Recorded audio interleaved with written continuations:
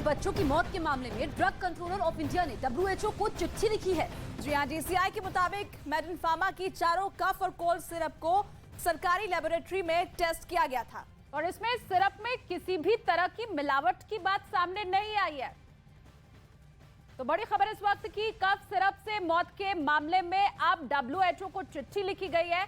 दवा कंपनी को इस पूरे मामले में पहले ही क्लीन चिट मिल चुकी है। सिरप मानक के ऊपर जब जांच हुई तो उसमें पूरी तरह से खरा उतरा था।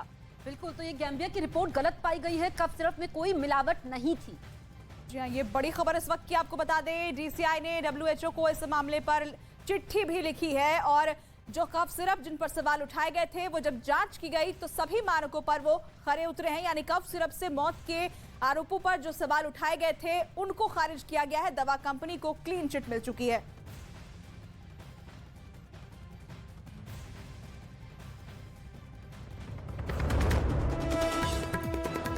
अरुणाचल के तवांग में भारत और चीन के सैनिकों के बीच हुई झड़प वाली जगह पर पहुंचा न्यूज 18 ग्राउंड जीरो से देखिए पल पल की खबर। 1962 में तवांग के डिफेंस के लिए भारतीय सेना की तरफ से इस तरीके के बंकर्स बनाए गए थे।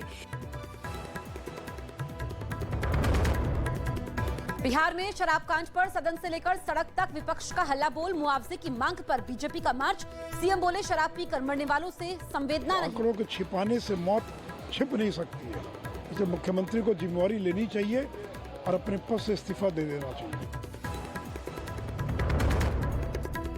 बिहार में जहरीली शराब पीने से मरने वालों की संख्या हुई 54। SIT को दी गई जांच की जिम्मेदारी। मामले में कई लोग हुए गिरफ्तार।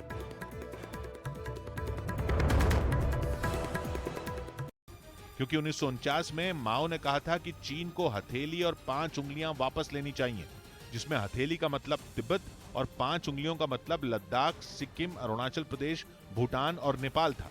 यानी गलवान हो या तवांग, चीन के सैनिकों ने जानबूझकर LAC पार करने की कोशिश की, क्योंकि शी जिनपिंग जंग के प्लान के तहत घुसपैठ की कोशिश करवा रहे हैं। इधर फ्रांस से आखिरी रफाल विमान भी भारत आ गया। भारत और फ्रांस के बीच 36 रफाल विमानों का सौदा हुआ था, जो आखिरी रफाल विमान के भारत आने पर पूरा हो गया। फ्रांस और भारत के बीच 2016 में 36 रफाल लड़ाकू विमानों की डील हुई थी, जिसके तहत 36वां रफाल विमान भारत पहुंचा, जिससे वायुसेना की ताकत में एक बार फिर इजाफा हो गया।